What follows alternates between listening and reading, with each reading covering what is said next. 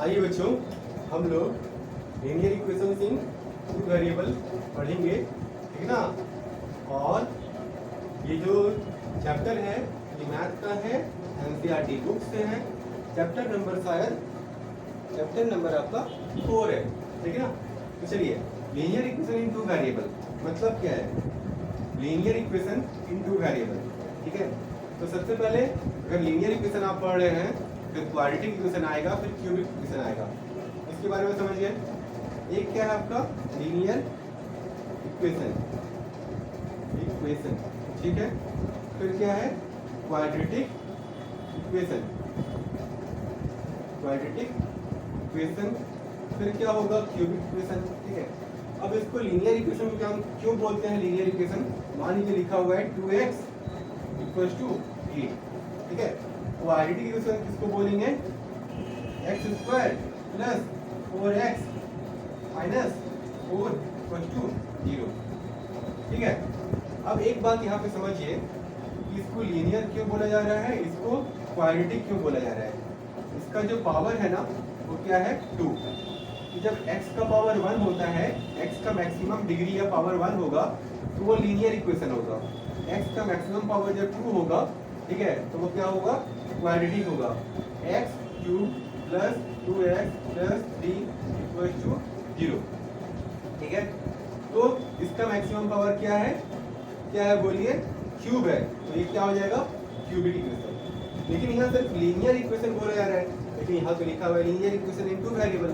तो अब ये वेरिएबल क्या है और टू वेरिएबल क्या है? तो इसको देखिए, आप लोग ध्यान से समझिए कि ये जो वेरिएबल है ना, यहाँ पे सिर्फ एक वेरिएबल है आपके पास। यहाँ पे भी सिर्फ एक वेरिएबल है, x और x ही है। यहाँ पे भी x ही एक वेरिएबल है, ठीक है। पूरे क्वेश्चन में इसमें भी x एक वेरिएबल है। लेकिन जब दो वेरिएबल के बारे में हम बात करते हैं तो 2x + 3y = 4।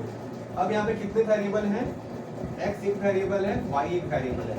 अच्छा, ये दोनों वेरिएबल क्यों है? वेरिएबल इसलिए है क्योंकि ये इनका वैल्यू चेंज होते रहता है। कभी x का वैल्यू कोई इक्वेशन में कुछ आएगा, कभी दूसरे इक्वेशन में कुछ आएगा। लेकिन क्या है, जब कांस्टेंट है 2 या 3, इसका वैल्यू चेंज होता है नहीं। 2 को हम लोग कैसे लिखेंगे? 2 लाइन। 3 को कैसे लिखेंगे? 3 लाइन। 4 को कैसे लिखेंगे? 4 लाइन। तो उम्मीद है आप लोगों को समझ में आया होगा कि लीनियर इक्वेशन क्या है, linear equation in two variable क्या है, ठीक है। और आगे आप लोगों को पढ़ना है क्वाड्रेटिक इक्वेशन। चलिए, तो ये थोड़ा सा हिंट था, आगे कहिए। चलिए, अब देखते हैं हम लोग कि क्वेश्चन क्या कह रहा है, क्वेश्चन को सॉल्व कैसे करना है ना। चलिए देखिए, क्वेश्चन है हमारा right each of the following equations in the form ax + by + c, ठीक है। अब ये क्या है? तो लीनियर इक्वेशन को ना हम लोग इसी फॉर्म में लिखते हैं, ax + by + c = 0। Quadratic equation को हम लोग किस फॉर्म में लिखते हैं? क्वाड्रेटिक फॉर्म को हम लोग ये मैं लिखते हैं इक्वेशन में इस फॉर्म में लिखते हैं ax² + bx + c = 0, ठीक है। तो अभी जो यहाँ इक्वेशन लिखा गया था ना, कुछ इस तरह से था, देखिए तो 2x + 3y + 8 = 0। अब ये इससे मैच कर रहा है, यहाँ पे x का पावर 1, यहाँ पे x का पावर 1, y का पावर 1, y का पावर 1। अब क्वाड्रेटिक को देख सकते हैं, जो हम लोग आगे 10th में पढ़ने वाले हैं, 2x² + 3x + 4 = 0।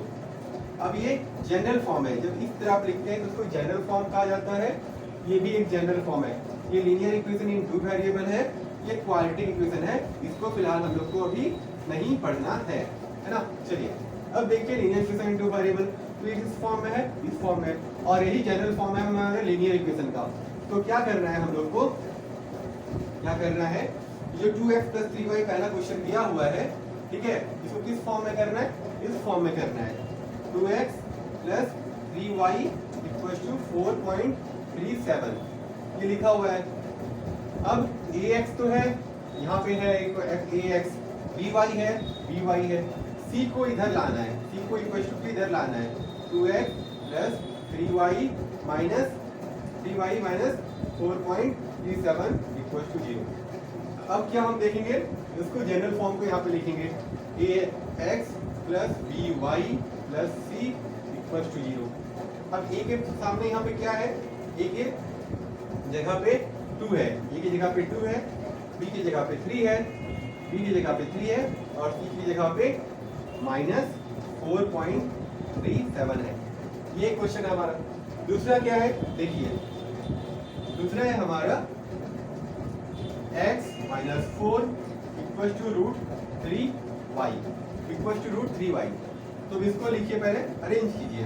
ये सबसे पहले क्या लिखेंगे हम लोग, x माइनस, अच्छा इधर प्लस में है तो इधर आके माइनस होगा, √3y - 4 इक्वल टू 0।